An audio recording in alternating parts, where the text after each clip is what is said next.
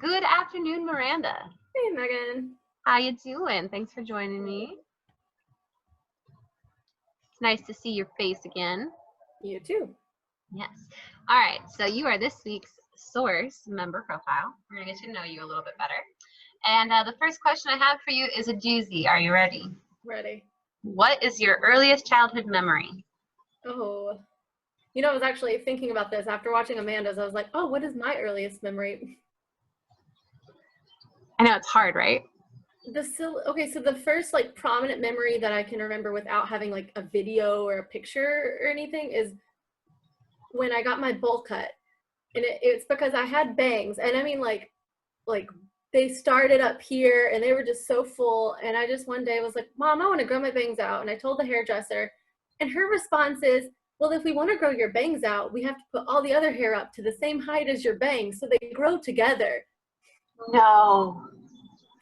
And that was I was like the first time I was old enough to be aware, and I was kind of like, okay, I guess. And she did it, and then I was like, this isn't right.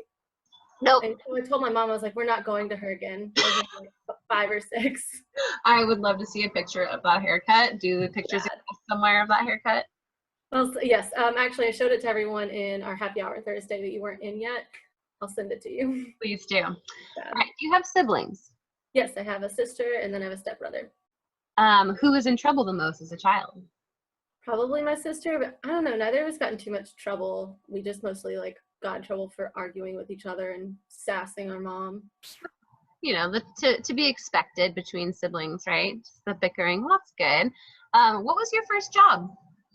I've started working really young. I was pressure washing my dad's trucks. He was a truck driver, and helped renovate things with my grandpa. I guess my first official not under the table job was I was a wait staff for an event company, so I would do weddings. I worked some high school proms, but it was mostly just a bunch of weddings. And then I always got to take any leftover food home, so it was pretty sweet.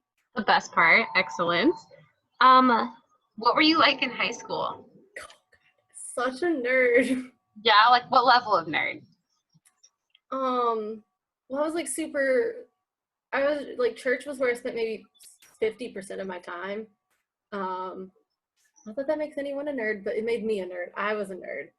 Yeah, compared to other 16 and 17-year-olds, priorities, while they may, have a faith, their priorities don't lie with being at church 50% of their week. Yeah, so I would just basically go to school, and then I would go volunteer after school, and then I was in the youth singing and handbell choir, as well as the adult singing and handbell choir. So I was at church and I did piano lessons there. So I was there 5 days a week. Wow. Probably not including church on Sunday morning. Yeah, I did handbell choir too. It was so fun. I enjoyed it. What's the funniest thing that's happened to you recently?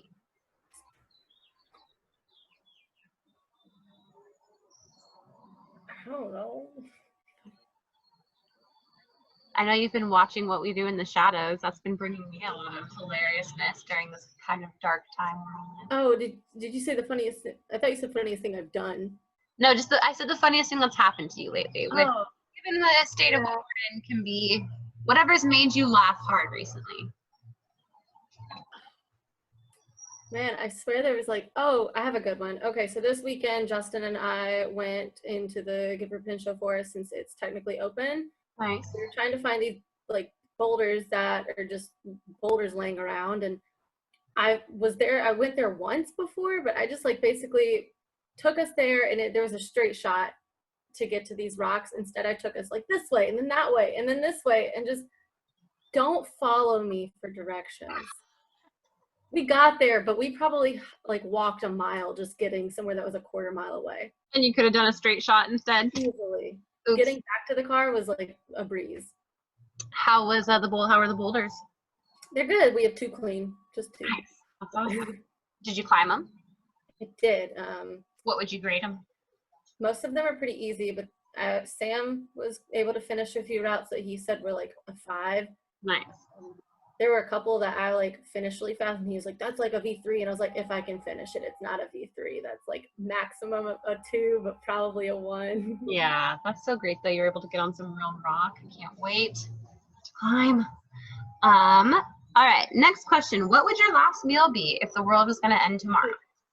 What? Sushi. Any kind of sushi, or do you have a particular favorite? Spicy stuff. Like I like spicy tuna rolls. I really like anything that's got like, it's spicy, crispy, and then like there's sauce on it. Yep, I'm a fan of that too. Exactly. I'm not a big fish person, but occasionally I'll get these cravings for sushi, and I always get the one that has like the 80 different types of tempura on top with the spicy sauces and the eel sauce and stuff. Which brings me to my next question: spice or no spice? I mean, I like spice. I don't want it to be so spicy that I can't taste my food or if I'm like frying, but I do like spicy things. And then if you have something in your teeth, do you want somebody to tell you, or would you pretend rather they just don't say anything? Tell me. And just like do one of these, like a little, you know? Like just so you know, you got something in your teeth.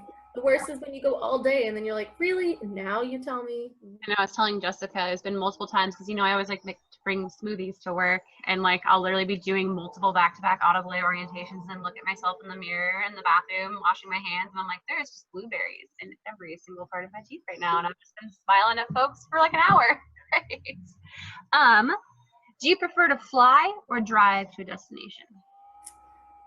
I mean, I prefer driving just because there's so much to see in America, but realistically taking that much time off work, so like flying's just better. Like if I could drive and spend, God, it would take a month, but if I could just like drive and see everything I want to see to like get to my hometown in North Carolina and back, that would be so cool. But I would have to take half a year off of work. So yep.